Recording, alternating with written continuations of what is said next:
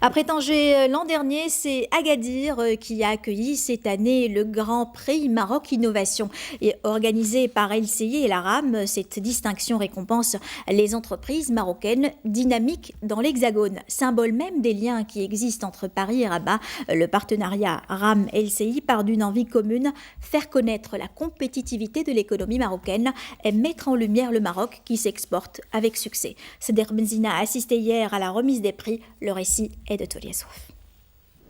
Sur les 120 entreprises présélectionnées, 18 candidatures ont été retenues. Les critères de sélection sont la création d'emplois au Maroc sur les 4 dernières années, la perspective d'embauche pour l'année à venir et le chiffre d'affaires. Le jury a désigné les 3 lauréats.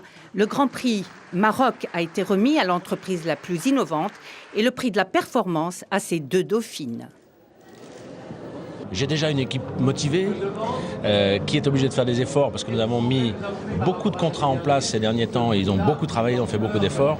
Et là, je crois que ça va leur donner vraiment un tonus supplémentaire. Le prix constitue un couronnement d'une grande valeur symbolique, d'une entreprise qui innove, d'une entreprise qui investit, d'une entreprise qui crée de la richesse, qui crée des emplois. C'est un honneur pour cette entreprise qu'est la fromagerie de Doukala, ses salariés bien sûr, et puis pour ce partenariat exemplaire entre 2 grands groupes, Bongrain et Lona.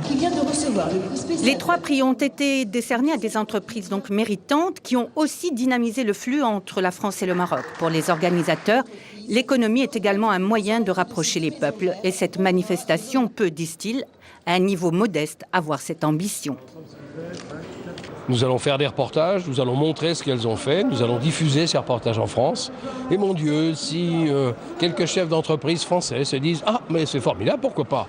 Le Maroc a une main-d'œuvre qualifiée, on peut maintenant y faire des choses importantes.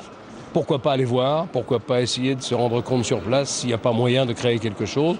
Eh bien, tout simplement, nous aurons fait œuvre utile. » Il y avait présent à cet événement une quarantaine de journalistes de médias français les plus prestigieux, parmi lesquels Le Monde ou encore Libération, pour, dit le dirigeant d'LCI, pour, je cite, constater de visu le redémarrage exceptionnel que le Maroc a entrepris.